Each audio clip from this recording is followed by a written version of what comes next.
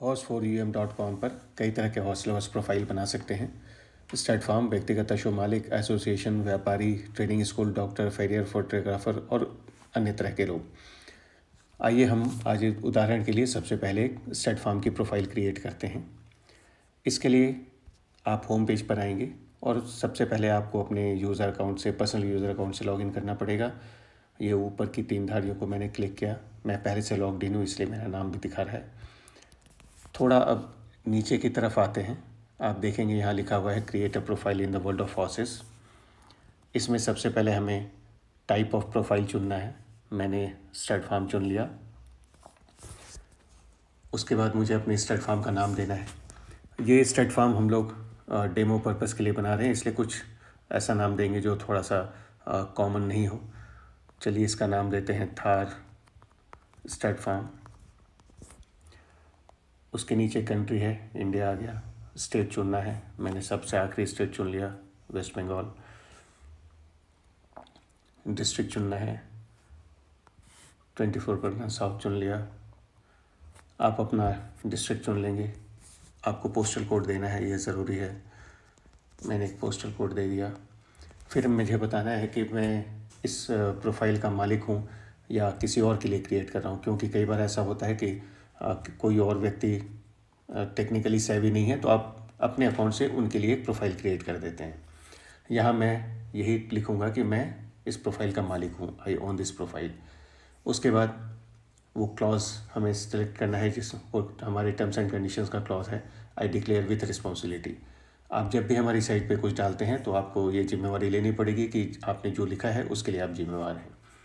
उसके बाद मैंने सबमिट कर दिया। ये हमारी प्रोफाइल क्रिएट हो गई। इसमें मैसेज आ गया और आप सीधा अपनी प्रोफाइल के जो अभी आपने क्रिएट किया उसके एडमिन पैनल में पहुंच गए। एडमिन पैनल से ही आप अपने सारे डिटेल्स को ऐड कर सकते हैं इसमें। ये हमारा पहला एडमिन पैनल का पहला पेज आपको दिखा रहे हैं, जिसमें कि आप कई तरह की चीज़ों को चेंज कर सकते हैं। जो चीज़ सबसे पहले हम लोग चेंज करेंगे वो है इसका प्रोफाइल टैग। प्रोफाइल टैग है क्या? जब भी कोई स्टड फार्म हमारी साइट पे लिस्ट होती है तो उसका एक टैग क्रिएट होता है प्रोग्रामेटिकली, जिसको जोड़ करके horse4um.com/tharstadfarm ये आपका परमानेंट एड्रेस बनेगा, जो कि आपके पर्सनल वेबसाइट की तरह एक काम करेगा। तो जो सिस्टम से जनरेट हुआ है उसमें लिखा हुआ है थार स्टड फार्म 00 और 11 ऐसा लिखा है, जो कि उतना सुंदर नहीं दिख रहा, इसलिए हम लोग थोड़ा नीचे आएंगे। जो न्यू टैग लिखा है उसमें क्लिक करेंगे और उसको थोड़ा सा हम लोग डिलीट करेंगे, ये 0011 को। जब हम थार स्टड फार्म तक आते हैं तो ये नीचे ग्रीन में मैसेज आ रहा है कि ये नाम अवेलेबल है। तो ये नाम अवेलेबल है। नीचे जो टर्म्स एंड कंडीशन है, आई डिक्लेयर विथ रिस्पॉन्सिबिलिटी, उसको हमने सेलेक्ट कर लिया और अपडेट कर दिया। इस तरह से अब horseforum.com/tharstadfarm इस प्रोफाइल का परमानेंट वेब एड्रेस हो गया। अब इसमें चलते हैं आगे। है प्रोफाइल नेम, मैंने उसको सेलेक्ट किया। ये तब है जबकि आप भविष्य में यदि अपने स्टड फार्म का नाम चेंज करना चाहते हैं तो यहाँ पे कर सकते हैं। उसके बाद आता है एड्रेस। याद रखिए कि कंट्री और स्टेट और डिस्ट्रिक्ट और पिन कोड आप पहले ही दे चुके हैं। यहाँ पे उसके अलावा कोई डिटेल रह गई है तो वो दे सकते हैं, जैसे कि मैं इसमें लिख रहा हूँ विलेज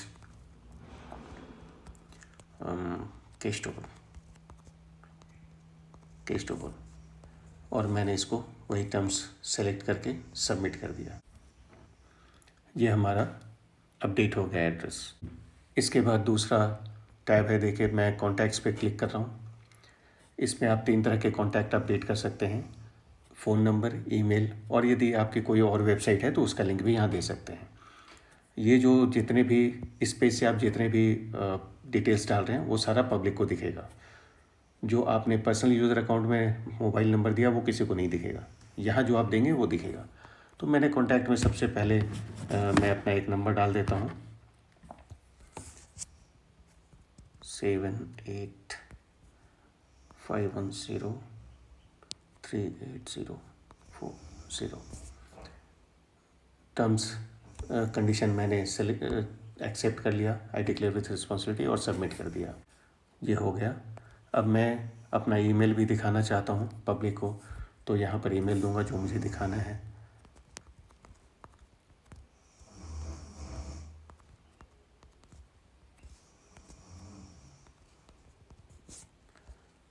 dkmrit@yahoo.com।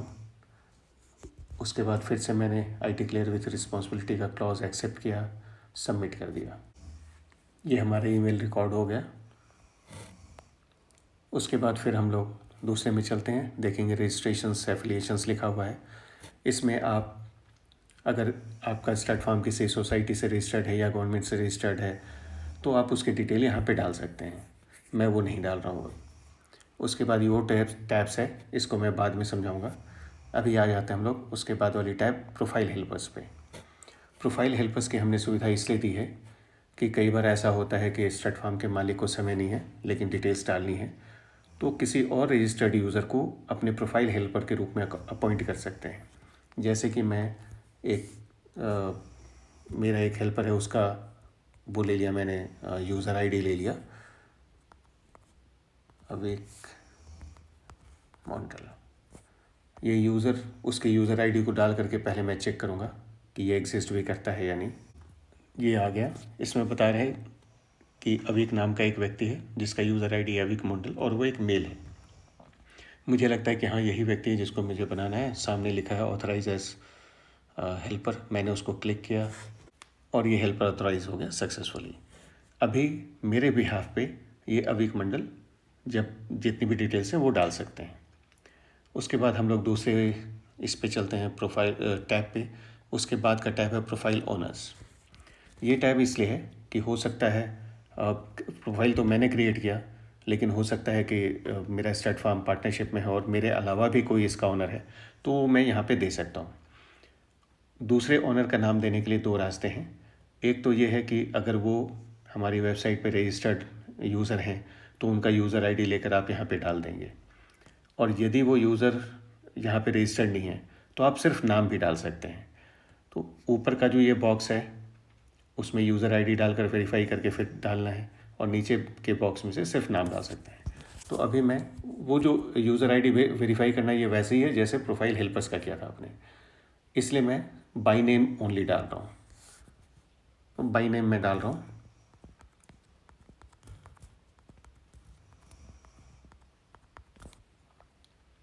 और उसको मैं सबमिट कर दे रहा हूँ। ये दूसरे ओनर का भी नाम यहाँ पे ऐड हो गया। अब यहाँ से वापस हम ऊपर टैब्स को देखते हैं। यहाँ पे अगला टैब है सोशल मीडिया, मैं उसको क्लिक कर रहा हूँ। सोशल मीडिया में कई तरह के आ गए। मैं अपना फेसबुक का लिंक भी इसमें डिस्प्ले करना चाहता हूँ, तो मैं ये फेसबुक वाले आइकन को सेलेक्ट कर रहा हूँ। अब ये मुझसे फेसबुक का लिंक मांग रहा है। फेसबुक के लिंक के लिए हमें अपने फेसबुक अकाउंट पे जाना पड़ेगा। चलिए वहीं चलते हैं।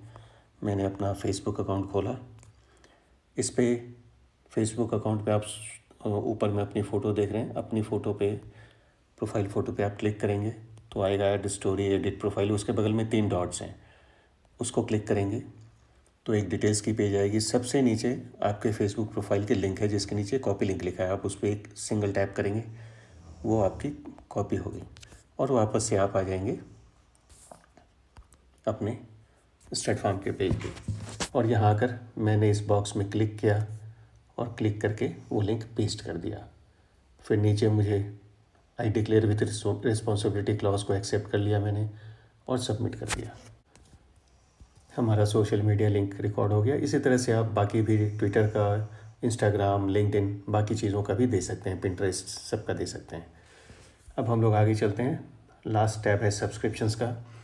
इस पर जब आप क्लिक करते हैं तो यहाँ आपको दिखाता है कि आपके पास जैसे जब भी आपने कोई क्रिएट किया तो 1 महीने का एक फ्री मेंबरशिप जनरेट होता है, वो यहाँ पे रखा हुआ है, जिसे बाद में आप अपग्रेड कर सकते हैं। अब हम लोगों का जो बेसिक हमें डिटेल डालना था इसका स्टार्ट फार्म का, वो हमने डाल दिया है। अब अगली वीडियो में मैं आपको बताऊंगा कि आप अपने घोड़ों को कैसे इसमें जोड़ेंगे।